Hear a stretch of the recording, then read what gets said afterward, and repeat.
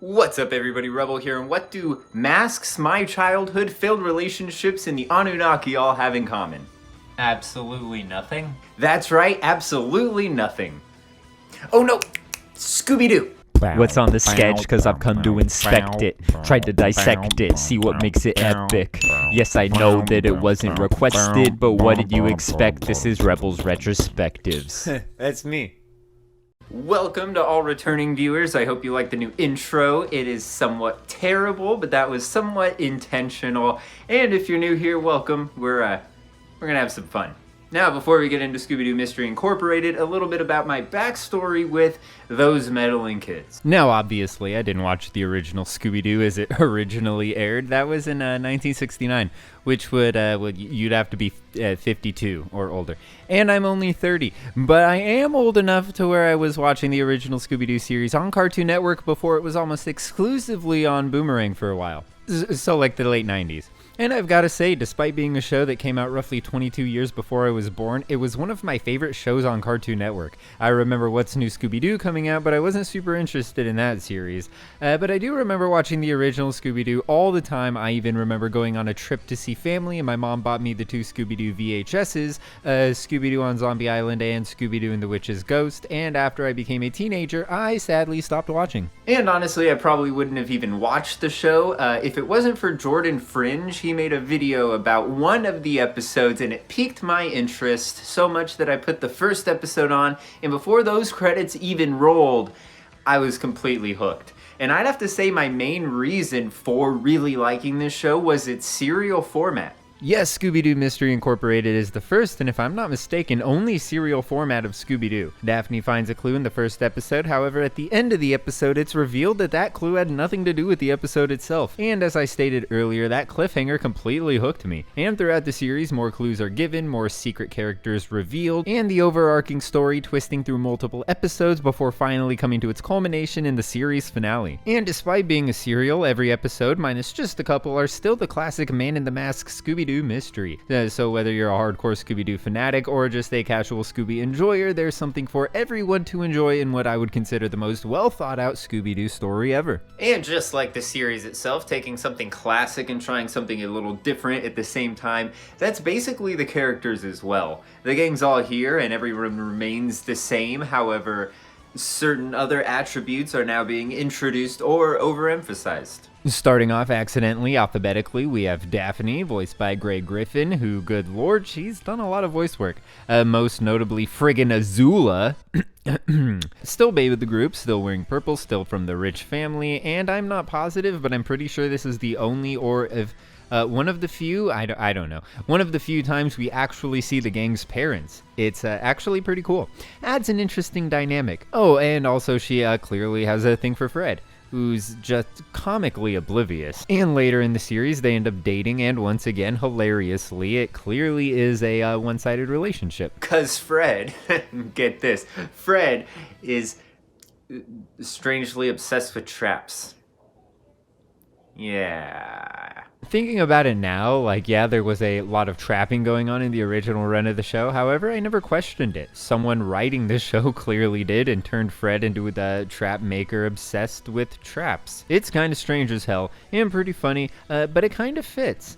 And of course, he's voiced by Fred Welker, who's literally been voicing Fred since Fred existed. He also voices Scooby-Doo and Nibbler from Futurama, a lot of animal characters. Next, we have my favorite character in the series, Velma. And it's weird because she's never really my favorite. I mean, except when Linda Cardellini is playing her. Wow. But in this series, she's much more angsty right away. In the first episode, we get this amazing display of facial expressions, voiced by Mindy Cohn. Still the smart one, the clue figure outer. Oh, and she has a thing for Shaggy.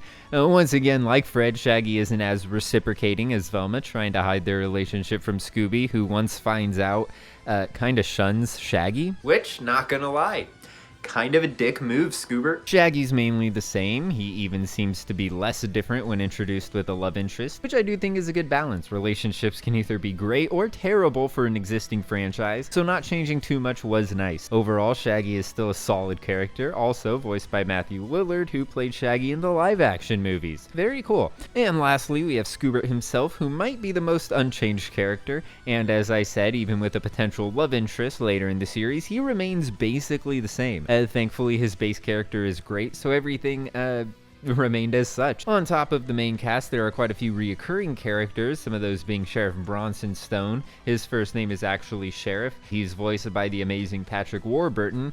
What a great character. One of my favorites in the whole series. There's Fred's quote-unquote dad, the mayor, voiced by Gary Cole, the guy from the meme.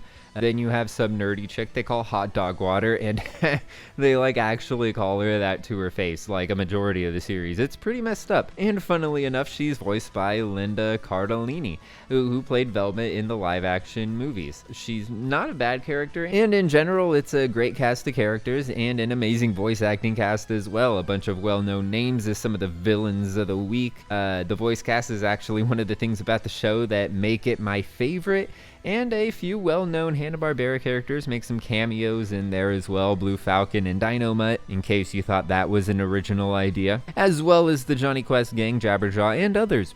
Pretty cool. And now that we've gone over the characters and the voice cast, might as well just hop straight into what really makes this series stand out, the story. So, spoilers ahead, obviously, so if you don't want it spoiled, leave now and just go watch the show on Netflix. Unless it's been taken off already, which it probably has. Yo ho, a pirate's life for me. Anyways, whatever, just go watch the show. You don't even have to come back after, just go watch it. Leave a like before you leave, and if you have seen the show or you don't care about spoilers at all, then let's get straight into the deep conspiracy and historic curse plaguing Mystery Incorporated. So the first episode starts with an introduction to the gang and their parents. They all seem to disapprove of them solving mysteries. What was that? It looks like a mystery to me, and I think that's just a little more important than school. I mean, I can't say that I blame them. We're introduced to the town they live in, Crystal Cove, a tourist attraction due to all the paranormal stuff that happens in their town. A monster is introduced elsewhere, and classic Scooby Doo ensues. We meet Angel Dynamite. She's pretty dope. While looking for clues, Daphne finds a locket. They catch the monster, and it's revealed that the locket had nothing to do with the monster, and are then sent a message by a mysterious individual calling himself Mr. E. And boom, first episode ends, hook, line, sinker, GG's voice, tactical nuke, inbound, hoorah, what a first episode. Then the next episode takes place outside of Crystal Cove. The gang is tipped off by none other than Mr. E, and they go solve another mystery. Scooby sees this sign go haywire and basically tells him he's gonna die. Their engine is missing and they're stranded and solve the mystery. Mr. E ends up replacing the engine. My guess is he removed it to begin with, but what you gonna do? Then Mr. E sends the gang a picture of some kids who went missing a while ago with one of them ripped out. You'd think it'd be related to the current episode's mystery, but no. Also, we finally meet Skipper Shelton, voiced by John O'Hurley, best known as Jay Peterman from Seinfeld. I forgot to mention him a little earlier, but oh well. Then the monster ends up being one of the original villain's daughters, supposedly. Not really though, because Mr. E told her to say that once caught, while also having her lead the gang to a yearbook with the missing kids from the picture from before. They were called Mystery Incorporated. We get to see the Hex Girls once again. Love them in that movie from way back. Mr. E leaves Velma a box with a note saying this has happened before, with a bird circled in the picture. Then we're introduced to Professor Pericles, the bird circled in the picture of the original Mystery Incorporated. He's held in a prison and, he escapes. Mr. E leaves them a box with stuff from the Darrow family, which in episode 1 we learned sunk into the ground many years ago. And it is here that I did realize how close the show comes to killing people sometimes. I mean, they actually do later in the series. Always off screen, of course, but man, some random scenes just make it seem like so many people would and should be dying than there actually are, being a kids show. Then the arc really pushes forward. Professor Pericles finally returns. He helps the gang, well, Scooby, and along the way sees Angel Dynamite alluding to a history together, and if you know who Angel Dynamite really is, this scene is great. And as it turns out, Professor Pericles ended up setting the whole thing up in order to have Scooby help him without even knowing.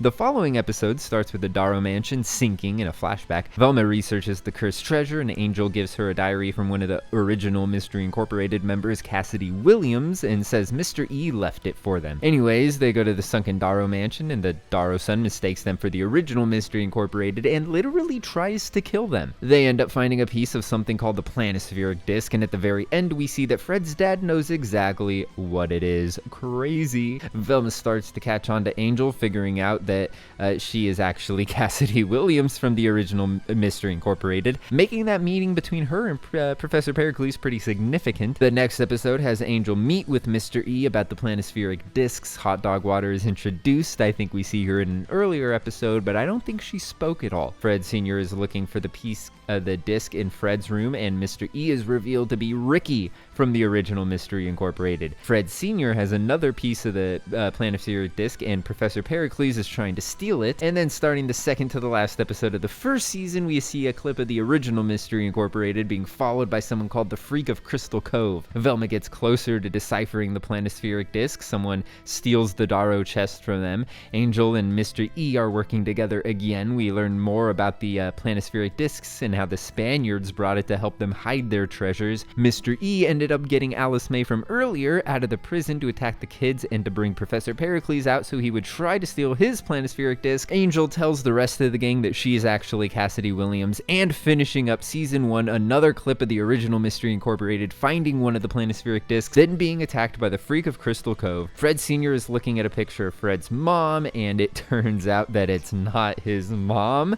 And then Professor Pericles kills Ed Machine. Crazy, right? The gang then uses their piece of the planispheric disc to try to find more pieces. They get ambushed by Professor Pericles, who in turn gets ambushed by the Freak of Crystal Cove, and holy crap, it was Fred's dad, and double holy crap, Fred's dad isn't even Fred's dad. His real parents are Brad and Judy from the original Mystery Incorporated. Fred runs away, canceling him and Daphne's wedding. I might have forgotten to mention that they were getting married. Oh well, Shaggy's parents send him to a military camp and Scooby to a dog farm. Jesus, I'm running out of breath. Season 2 starts with a new mayor and the gang still split up. For the next few episodes, Shaggy's shaved head from military camp slowly regrows hair back, and it's a pretty great detail. Hot Dog Water sort of replaces Daphne for a few episodes.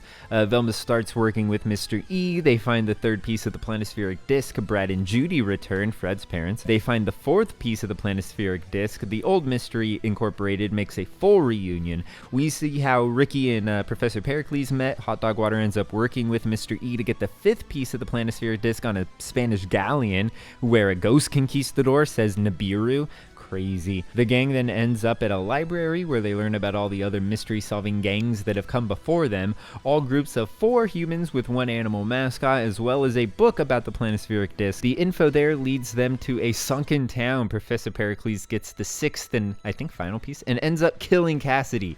Nar. Then the dead chick from the Benevolent Lodge of Mysteries, who is in the sunken city, says Nibiru.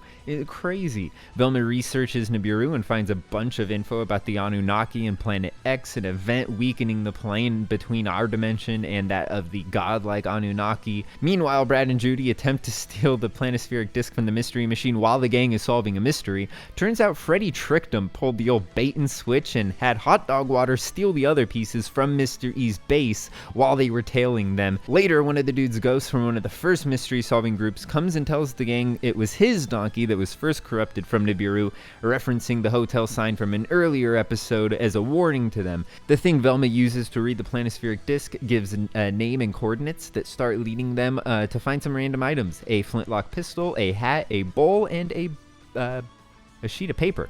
Or a sheet of cloth. The dog Nova, the one Scooby fell in love with, goes into a coma and ends up flatlining at one point and sits up and says Nibiru. Scooby has a Twin Peaks-style dream where an entity uses Nova's image to warn him of the Anunnaki and to destroy the treasure under Crystal Cove, the treasure that Mr. E and Professor Pericles are actively hunting for to release the entity. Well, mainly Professor Pericles is. Mr. E is just going along with it because, well, he's been poisoned. No biggie. Professor Pericles ends up stealing the disc after a long ruse with Brad and Judy where they got plastic surgery to look like Fred and a super old Daphne. So Professor Pericles just used brute force. Yeah, it worked, I guess. The gang goes into Scooby's dream where they learned that the first group of the mystery solvers tried to destroy the entity with a staff called the Heart of the Jaguar. Yeah, this show's pretty crazy. The gang goes to the Yucatan to find the Heart of the Jaguar. The gang returns to Crystal Cove to find everyone missing. Brad disses Judy, and it's freaking hilarious. How are you suffering, Brad? Well, I'm the one who has to look at you all day. The gang finds everyone underground, forced by a psychotic Professor Pericles to dig for the entrance to the secret treasure. Fred Mad Maxes out the mystery machine and uses it as a fake-out death. Professor Pericles opens the crazy door, but the gang has all the keys, so Professor Pericles uses a hot dog water as bait. She sacrifices herself, all dope, and the gang advances with the keys. They're in some crazy plane of existence with crazy floating platforms. There's a rock monster or something and a crazy waterfall, and the door was a boat, and they're underwater, and then they're in lava and stuff where they find the sarcophagus with Nibiru. This shit is nuts. The Anunnaki give a little intro thing explaining one final time all of the past gangs. Nibiru almost consumes Scooby, but he gets Professor Pericles instead. Then Brad and Judy. The Heart of the Jaguar breaks. Mr. E has his redemption. Almost. Crystal Cove is destroyed. Nibiru summons the Anunnaki and starts consuming everyone else. Nova talks to Scooby. There's like a relay race to pass the spear to Scooby, who stabs the sarcophagus and creates a wormhole that reverses everything or restores everything, the timeline. Everyone's lives are completely different. Daphne's parents are based. I only wish we could find more perfect specimens of manhood like Fred. Mr. E is skinny. Fred calls his old dad, who was never his dad in this timeline, Dad. He calls him Dad, and it's pretty touching. The gang gets a note from Mr. E, but since the old Mr. E never became Mr. E, it's actually from real-world author Harlan Ellison, who was in a few other past episodes. I guess they just never came up. Who says he knows what just happened with the timeline and tells the gang to travel across the country to meet with him. Fred repaints the mystery machine, and the gang sets off for their trip and to solve every mystery along the way, which I must say is such a great ending to the show. It can basically, like in a sense, lead directly into the original Scooby Doo series, which I don't know, so good. But yeah, the characters are different yet the same. The voice acting is, and the animation is on point. The writing is great, not just on the episode-to-episode basis, but the whole overarching story. The plot is a little inconsistent, confusing. I don't know, some things didn't get enough attention or just remained unexplained. It did leave a lot of questions, but all in all, great show, and it didn't take me too long to watch it. I give it a shot. If you like Scooby-Doo, you'll probably like it. If you've already gotten this far in the video, you've probably already seen it anyway. And lastly, big shout out to Bam, who successfully guessed that this is what I was going to be talking about this episode. You crazy son of a bitch. I don't know how, but you did it. And I appreciate everybody watching this video. Thanks again for watching. By the way, I will be ranking some of the episodes in a future video because that'll give me an opportunity to talk a little bit more and get a little bit deeper into some of my favorite episodes in the series, some of the ones I really dug, as well as just, some bad episodes, I guess. Sprinkle it in there. I don't know. Be sure to drop a like, be sure to subscribe, and you can even turn notifications off if you want. I normally do that when I subscribe to channels. I see the videos in the recommended anyway, so subscribe. It won't change your recommendeds, but it will help me. It won't hurt you, and turn notifications off. Whatever. Who cares? Thanks for watching. And now a new thing I'm gonna do, a new little end of video segment where I am, screw it, I'm gonna open up some Pokemon booster packs. So let's get into it. Alright everybody, for our little end of the video pack opening, we have a Battle Styles booster pack with a cute little Charmander promo. Had to grab that, didn't have that promo. And then we got a Celebrations 10 for Generation 6. Gen 6, one of my least favorite generations in general. But this was the only Celebrations tin I was missing, and in here we are going to get ourselves 2 celebration packs, as well as a battle, as well as a Darkness Ablaze, I believe. It usually is Darkness Ablaze.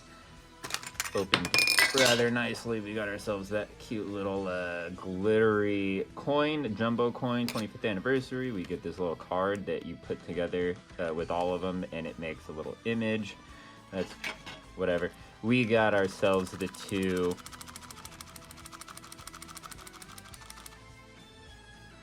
okay, there we go. Oh my gosh. Alright, so there we have that right on. Darkness Ablaze and the 2 celebrations. Let's go ahead and open this guy up. Oh yeah. We have our battle styles. Not the best set, but there are some nice cards in there that I'm still looking for. Look at that Charmander. You got a Raikou coin? Okay, now. That means getting into the battle styles. Let's see what we get.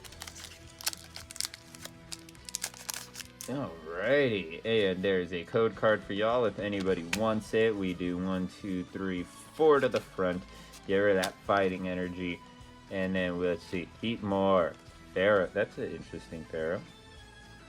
Alright, Escape Rope, Houndour, Horsey, Mankey, Mawile, Romantis, Reverse Hollow Onyx, and that leads us into, non-hollow Lurantis. Well, that sucks, but we persevere. We keep going. Crack open this Darkness Ablaze. Yeah, if I don't get anything from these, celebrations should be able to give me something decent. And we've got that code card for y'all if y'all want it. We do 1, 2, 3, 4 to the front. Get rid of that fighting energy. Flappy. Ariados. Familiar Bell. Seems pretty familiar. Larvitar. Golett. Feebas. Purloin. Hippopotas, yeah. Galarian Darumaka is the reverse hollow, and underneath we've got nothing special. Non-hollow Malmetal. Well, that is pretty crap luck. Pretty shitty, not gonna lie. But these Celebrations tins are usually I've noticed only one of the 7 I've gotten before this did not have a classic collection. There's the code card. 1 to the front. Shiny Mew. Nope. Solgaleo. Xerneas. Cosmoem. And just the normal Zekrom.